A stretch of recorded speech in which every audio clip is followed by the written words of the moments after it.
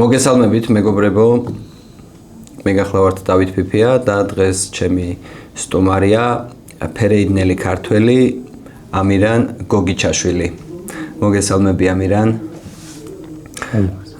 დღეს ამირანი გვესტუმრა ისევ და ისევ ფერეიდნელების პრობლემების გამო. ამირანს განსაკუთრებით რთული სიტუაცია აქვს, რომელსაც ახლა თვითონ მოყვება. მე მოვისმინე ადვოკატსაც ვესაუბრე შემდეგ მისას და ახლა მოგიყვებით თუ რა მოხდა, როგორ ხდება და რა სიტუაცია გრძელდება. ამირანს ახლა ორი პრობლემა ერთდროულად დაემთხვა. პირველი რომ მის მეუღლეს პრობლემები აქვს გასულია საქართველოდან და აღარ უშვებენ ქვეყანაში, ირანიდან საქართველოში ჩვენი მესაზღვრეები არ უშვებენ და ამ დროს თანისარგებლა თბილისში მცხოვრებმა ირანელმა, სადაც ამირანი მუშაობდა მის ობიექტზე და სახლიდან გამოსახლება მოხდა აღსრულების ბიუროს მიერ. ამას ახლა რიგითობით მივყვებით. ჯერ მინდა ამირან გაგვეცნო ვინ ხარ, როდის ჩამოხვედი, რამდენი ხანია აქ ცხოვრობ, ოჯახის შესახებ, ასე შემდეგ და შემდეგ უკვე ჩაგეკითხებით ძირითად თემებს. მეს მოგესალმებით და ამირანი ვარ გოგიჩაშვილი, რაც დაახლოებით 7-8 წელია, რაც საქართველოში ვარ ჩამოსული და აქ ჩამოვედი და რა ვიცი მომწონდა საქართველო და ჩამოვედი და მინდოდა რომ ჩემი შვილებმა ქართულ სკოლაში იყვნენ და დადიოდნენ და ქართულ სკოლაში დადიოდეს და მე პრობლემები რომ მოხდა ჩემი შვილების სპარსული არ იციან და ეხლა იმ დღეს რო არ შემოშეს ჩემ ოჯახი სამი თითრინავი ჩამოსული იყო 1000 ირანელი შემოვიდა მარტო ჩემ ოჯახი რო ქართველი იყო უკან დააბრუნეს და გავგიჟდი რა. კაი, მაგებზე გადავალთ, ნახე, მაშინ მოდი კითხვა რეჟიმით გავაგრძელოთ, რომ უფრო გაიგოს ჩვენმა მაყურებელმა. ესე იგი 7-8 წლის წინ ჩამოხვედი თბილისში ოჯახთან ერთად. დიახ. მაშინ ყავდა 2 მცირეწლოვანი შვილი. დიახ. და მესამე აქ შეგეძინა საქართველოში. დიახ. კი ბატონო. მე მაინტერესებს, რო ჩამოხვედით, მალევე თქვენ და თქვენს მეუღლეს საბუთები თუ გააკეთეთ და რა საბუთები გქონდათ? ხო, თანამემამულების მოწყობა. თანამემამულება მიიღეთ. ხო, თანამემამულება და მე პირველად 1 წლიანი ავიღეთ ბინადრობა, მე 5 წლიანი და ეხლა უნდა ჩემი მეუღლე ჩამოსული იყოს, რომ ეს მე 5 წლიანი დამთავრებულია, მე ეხლა უნდა ვადე დამთავრებულია. ხო. და ახალი აიღო გააგრძელოს და არ შემოშეს. მაგრამ მე ავიღე კიდე 6 წლიანი მეც ავიღე. ჩვეულებრივად აიღებ და უბრალოდ ფიზიკურად არ არის საქართველოში და არც უშვებენ. ახლა რა მაინტერესებს, მეუღლე წავიდა, მამა გარდაეცვალა რამოდენიმე თვის უკან, დააკრძალა და წამოვიდა საქართველოში, ჩამოფრინდა და რა ხდება? ისიც რა, მეც ადვოკატი შევიძინე და ანუ სასამართლოში ბევრჯერ წავედი და მოსამართლემ ესე გადაწყიტა რომ არ არის პრობლემაო, შემოშითო, ანუ მოსამართლემ გადაწყვეტილება შემოშო. ხო, ანუ გადაწყვეტილება არის რომ არ არის პრობლემაო, პრობლემა არ აქვს და ეხლა რა ქვიან მოსამართლეს გადაწყვეტილება ამობეჭდილი თან ქონდა. ეს მეუღლეს გადაუგზავნეს შეგნით ტელეფონში. ამობეჭდილი თან ქონდა და ეხლა ერთი კვირას წინ გამოფრინდა მესამე უკვე ხო მე კი მესამეჯერ მესამე მცდელობა ქონდა შემოსვლის. რამდენი ფული დავხარჯე და მესამეჯერ მოვიდა კიდე არ შემოშეს. ეხლა იცი რა არის? კიდე ეხლა სკოლები იწყება ბავშვი სად უნდა იყოს? ბავშვი უნდა იყოს სკოლაში. კი. 1 წელია რომ ვაფშე ვერ დადიან სკოლაში და მე არ მინდა კიდე 1 წელი კიდე დაკარგო. ნახე, მოდი იქამდე მივიდეთ. ესე იგი, შენი მეუღლე გაფრინდა და უკან რო ბრუნდებოდა არ შემოუშვა მესაზღვრემ, ხო? სწორად გავიგე. აეროპორტში მიაბრუნეს უკან. კი. მიზეზი უთხრეს? არა. მიზეზი არ უთქვიათ. ამის შემდეგ მეორე მცდელობა ქონდა რაღაც პერიოდის შემდეგ. ეს მოდის ბავშვებთან ერთად. კი. რომელსაც საბუთები აქვთ. კი. საქართველოსი. კი ბატონო. ესე იგი, ბრუნდება მეუღლე და ისევ არ უშვებს. ამის მერე ამირანი მიდის მიმართავს სასამართლოს და როგორც მივხვდი, მოსამართლის ბრძანებულებაა, რომ გაუქმდეს ბათილად იქნეს ცნობილი, ესე ვთქვათ, მესაზღვრის გადაწყვეტილება, ხო? და აქვს უფლება შენ მეუღლეს შემოსვლის და ეს ბრძანებულება შენ გადაუგზავნე მეუღლეს. კი. ასე მოფრინავს ისევ ამ ბრძანებულები და მაინც არ უშვებენ. მოიგრე, არ უშვებენ რა. აი ეს რო ანახა სასამართლოს გადაწყვეტილება, რომ შეგიძლია შემოსვლა, რა პასუხი გასცა სასაზღვრომ თუ იცი? არ უნდა პოლიციაში მიხიდეთ თუ, აბა რა უჩენია პოლიციაში, მე სასამართლოში. პოლიცია კი არ აწყიტავს. მოსამართლის გადაწყვეტილება თან აქ ახლა, მე უთხარი საზღვარზე. პოლიცია უფრო ძლიერია თუ მოსამართლე. მოსამართლის გადაწყვეტილება თან აქ და რატო არ უნდა შემოშო? ხო? ის ყველაფერი უთხარი მოვყევი და არ შეიძლებაო. და ჩემი მეუღლე წაიქცა რა, ნემსებით ფეხზე დააყენეს და უკან, კდარი უკან დააბრუნეს. სამი შვილი, სულ სამივე ჩემი შვილი ტირის და დედა არის აქცეული. ტირიან და ნემსებით ფეხზე დააყენეს და უკან დააბრუნეს. შენი მეუღლეც ფერენელი ქართველია, ხო? სეფიაშვილი, ხო. სეფიაშვილი. ზეგან როგორც თქვი, ბავშვებმა სპარსული არ იციან, იმიტომ რომ აქ ქართულად გაიზარდნენ და დღეს ქართულად საუბრობენ. ირანში უცხოდ გრძნობენ, რა თქმა უნდა, თავს და თან საქართველოში არ უშვებენ. ხო. როდესაც ახლა სკოლა ეწყებათ, რომელ კლასში არიან შვილები?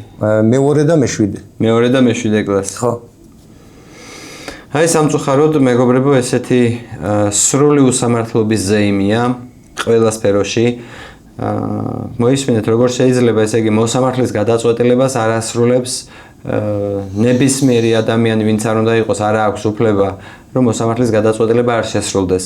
ეს არის მე სისხლის სამართლით დასჯადი ქმედება, რიგით მესაზღვრეს, რომელსაც წარუდგენენ სასამართლოს გადაწყვეტილებას და ის არ ასრულებს და ხდება რეაგირების გარეშე, არის სრული კატასტროფა, კოლაფსი და გაასვლა ყველა სამართლებრივი ჩარჩოდან. ეხლა გადავიდეთ კიდევ უფრო მძიმე საკითხზე. ამირანი რო ჩამოვიდა 8 წლის წინ, დაიწყო ირანელთან მუშაობა საქართველოში. თბილისში ამირანთან რომ მეგობრობდა, ესე ვთქვათ, ისეთი ადამიანი აშენებდა კორპუსს. ბიზნესი ქონდა, აშენება გაყიდვა ირანელს. რომელსაც ყავს ქართველი მეუღლე, ამის შემდეგ სახელებს ვიტყვი, რა თქმა უნდა, მისას და მის ჩადენილ ქმედებებს. ამირანი მუშაობდა მათთან ხელოსნად. კაფელს აგებდა, ფასადი ქუა, ყველაფერზე მუშაობდა. ლესვა ყველაფერი, ხო. ესე იგი, შეთანხმება ქონდა ესეთი, ადამიანი საქართველოში ჩამოვიდა, უნდა საქართველოში ქონდეს თავისი საცხოვრებელი, უთანხმდება ირანელს, რომ თავისი ხელფასის სანაცვლოდ, რომელსაც არ აიღებდა, შეეძინა ბინა. შეთანხმება შედგა, ხელშეკრულებები გაქვს, ხო? ერთი ხელშეკრულება არის. კი. შენსა და იმ ირანელს შორის. ხო, ესე იგი ამირან ჩემ მეუღლე და იმ ირანელთან ერთად. კი ბატონო, ეხლა ამირან მოყევი, ამის შემდეგ რა ხდება, რამდენი ხანი მუშაობ, რა შეგემთხვა და რა სიტუაცია გაქვს ეხლა? დაიწყე მუშაობა ამ ირანელთან. ხო, იმ ირანელთან ხო მეგობრები ვიყავი და მუშაობ. ხელოსანი ვიყავ და ხო, ბევრი ის კორპუსი, მოაჯერები, ყველაფერი, ფასადი, კიბეები, ყველაფერი მე გავაკეთე. და მეც მიხარობდა რომ მე ვთქვი, მე ფული არ მინდა, მე ერთი შავი კარკას ბინა მომეცი და მაგის სანაცვლოდ იმუშავებდი. ხო, $8,000 ქეში მივეცი. $8,000 კიდე ქეში მიეცი? კი, $8,000 ქეში მივეცი და დანარჩენს ნაწილ-ნაწილად მოვცე. და დავიწყე მუშაობა, წელიწად დახევარი, დღეში $100, $120-მდე მუშაობდი. დღეში? კი. მაგიდან 14 საათს მუშაობდი იმ ირანელთან. და მე აქ ხო ხელფასი ქონდა, რომელსაც არ იღებდი და იქვითებოდა ბინის სანაცვლოდ. დღეში დაახლოებით $100 სტოვებდი, თვეში რომელიც გამოდის 3,000. სადაც წელიწად ნახევარში $45,000-მდე, 45-50,000 დაახლოებით გამომუშავებული ქონდა, რომელსაც იქვე ტოვებდი. კი. ალბათ გამორთულისა მქონდა ფული, კი ბატონო, არა. ხო, მაგეთოთ კი $120-დან დაახლოებით $20, როცა ანუ კვირაში სადღაც $150 რო წაგეღო, დანარჩენს ტოვებდი. კი ბატონო. და $28,000-იანი ბინა შევიზინე, შავი კარკასი. და რა ვიცი, მე ჩემ თვითონ ბინა გავერემონტე, კი რემონტჩინა ცოტა მეხმარა. მეგობრები ვიყავით. ცხოვრობდი შიგნით უკვე თან. კი. გავარემონტე, ცხოვრობ და რა ხდება? ცხოვრობდი და მე ხელი დამიზიანდა. მუშაობის კი, მუშაობდი იმ ობიექტზე, მირანელის ობიექტზე დამიზიანდა. და დამიზიანდა ცოტა მსუბუქად ჟღერს მეგობრებო. ფოტომასალა მაქვს ნანახი, საშინელება ვერც გავუშვებთ ეკრანზე, ამონათება არ ვიცი თუ შეიძლება თუ არ დაგვიბლოკავენ, არის გადახსნილი სრულიად, ეს არის ეგრეთ წოდებული ბარგალკის, რომელიც არ ეხებოდა ამირანს და თხოვა და თავისი ობიექტზე დაეხმარა და ეს იმდენად უხარისხო ბარგალკა იყო, პლუს ლურსმანს მოხვდა, რაც მიაწოდა და ავარდა და აქვს გადახსნილი სრულიად ხელი, არ ვიცი. მე რა მოხდა ხელი რომ გადაიჭერი, არ იჩივლე, იმიტომ რომ არა ხო მეგობრები ვიყავით, არ ვიცი. კი ბატონო. და მე თქვა როგორ გინდა ფული გადაიხადო. ანუ ხელი დაგიზიანდა და როგორ გინდა $1000 უნდა და მე მეცა ყოველთვე. ხო. და მე ვთქვი ხო შენ ობიექტზე ესე მოხდა. არა, ჩემ ობიექტზე არ მოხდაო. შენ ბინაში მუშაობდიო. მე ვთქვი 20 კაცი, 40 კაცი არის მოწმე. როგორ ეზოში მოხდა. ემდენი მოწმე არის და იმასაც არ ვიცი, ალბათ ჩემი ბრალი იყო, მაგრამ სახლი ხო დავკარგე, გამომასახლეს. კაი, მანდამდე როგორ გამოგასახლეს, როგორ მოხდა. ესე იგი, მოგივიდა ირანელთან კონფლიქტი, ნუ იმას მიზეზი მიეცა და რას გეუბნებოდა, ფული მომეცი, დარჩენილი დამიმატე, ასე შემდეგ. კი, მე ვალი მაქვს და ფული ისე გინდა გადადი გირით, გადადი სხვა დირზე და ის გავაგირავოთ, ფული მეც მომივიდეს. თუ ვალი გაქვს, მე რა შუაში ვარ. მეც უნდა $1000 მივც. შენ უნდა მოგცე. კი ბატონო, მოგცე, მაგრამ ხელი შენ ობიექტზე დამიზიანდა და ხო უნდა მოითმინე ცოტა ხან. ხო, რამდენ ხანს შეხორცებას დაჭირდება, რომ გააგრძელო ისე მუშაობა. და 1-7 თვე გავიდა, მე ხო ვერ მუშაობდი და დავიწყეთ ცალხელი მუშაობა. ხო, 3 შვილი რა მექნა, აბა და რა ვიცი, დავა დაიწყო სასამართლოში. შეგიტანა გიჩივლა? კი. და ხო, დავა დაიწყო და ისიც რა მოხდა მე. დავა შეგიტანეს, ეს სახლი გაყიდა სხვაზე თან. კი, 3-ჯერ გაყიდა. 3-ჯერ მაგ თაღლითობაზეც მივალთ მაგ სქემაზე და უკვე გეტყვით სახელს და გვარებს ვინ არიან, რომ ვიცოდეთ და ამას რეაგირების გარეშე არ დავტოვებთ, რა თქმა უნდა. გამოასახლეს, მოკლედ საჩივარი შეიტანა ირანელმა, სხვაზე გადაყიდულია სახლი, შენ არ დაგიბრუნეს არც ერთი შენი ნამუშევარი, არც მიცემული $8,000 და სასამართლოს ბრძანებულებით გამოსახლება დაინიშნა და აღსრულების ბიურომ ბავშვებიან შვილებიანად ფერეიდნელი ქართველი გამოყარა ირანელის ნაჩვენებზე, გამოყარად გარეთ და დაგტოვა ქუჩაში. კი, უსწრეს. რა ქვია ამ კაცს ირანელი ვინ არის სახელი და გვარით? სურუშ მუჰამადი. სურუშ მუჰამადი. მუჰამადი შაფიი რაღაცა, ეხლა ზუსტად იმას. ნამდვილი სახელი და გვარი რა აქვს, იცი? ეხლა არ მახსოვს, მაგრამ ტელეფონში. სინამდვილეში სურუშ მუჰამადი არ არის. არ არის. მე ვიცი რომ ეხლა შეგიძლია მოყვე რაკენი რო გადაამოწმე და ვინ არის რა არის. კი, მე ეს ირანელი მინდა ვნახვა ის ვინ არის. გემეგორო ეს ღალბი პასპორტით აქ არის. ვინც მე გამომასახლა საქართველოში. და ჩემ მეგობარი არის პოლიცია ირანში და ერთი მარტო ეს სურათი რო ჩამიგდო, მე მივხვდები რომ ეს ვინ არის.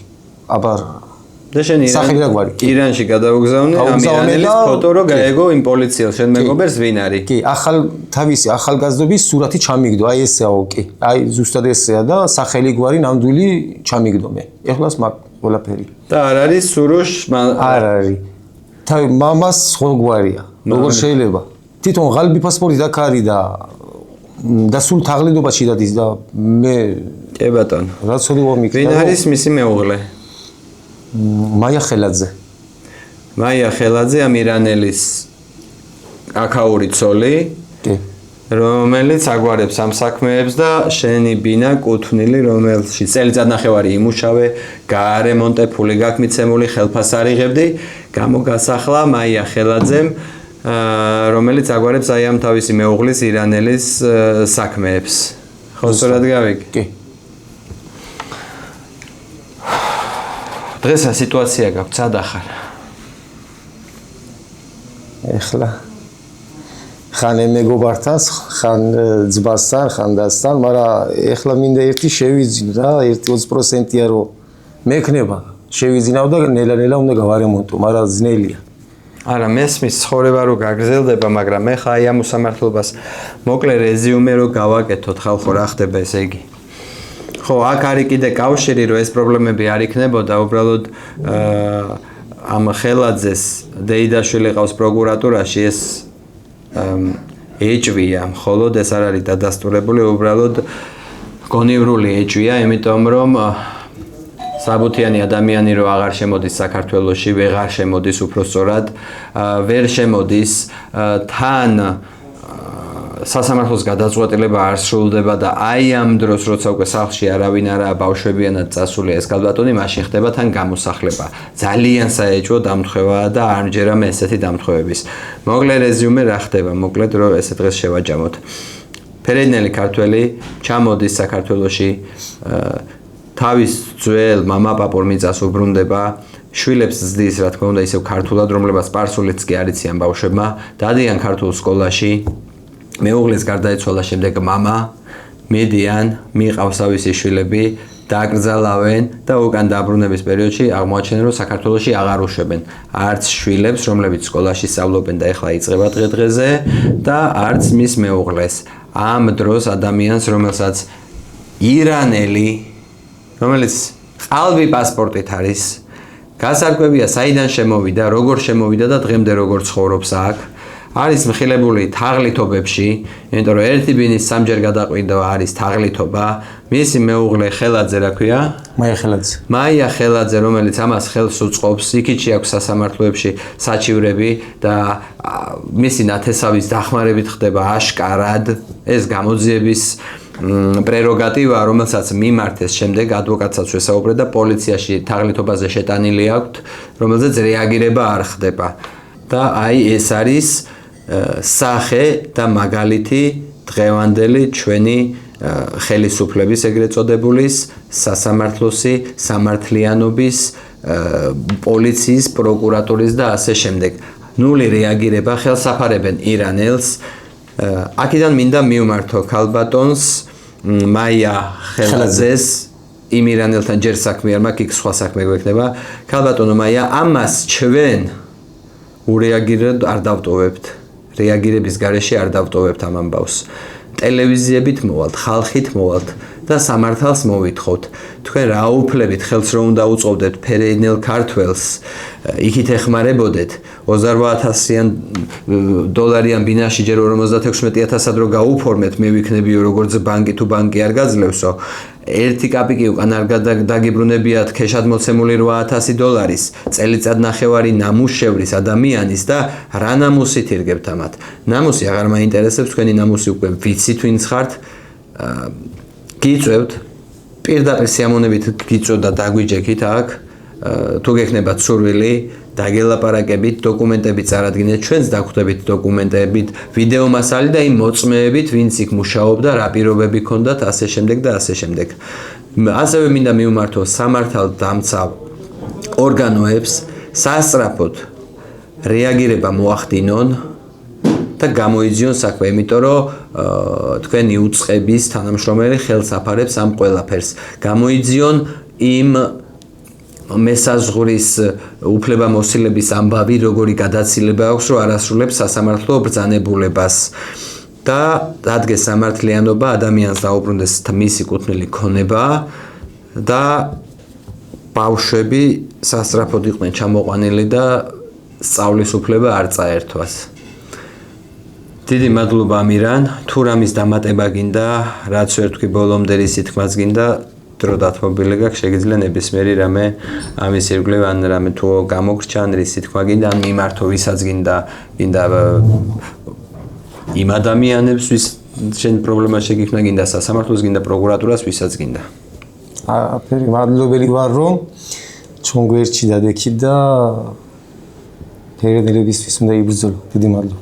არაფერი, ეს ფერეიდნელებისთვის მე წლებია ვიბრძვი, კიდე გავაგრძელებ და მჯერა დადგება ის დღე, როცა მთელი ფერეიდანი მიიღებს არა თანამემამული საბუთებს და ბინადრობის უფლებას, მხოლოდ სრულუფლებიან საქართველოს მოქალაქეები გახდებით, მიიღებთ პასპორტებს და აღორძინებთ და დასახლდებით საქართველოში და დაუბრუნდებით თქვენს მამა-პაპისეულ სახლს, საიდანაც ძალით წაგიყვანეს აქედან და ეხლა დგება დრო თქვენი დაბრუნების, რომელსაც სამწუხაროდ ისევ და ისევ ხელს უშლიან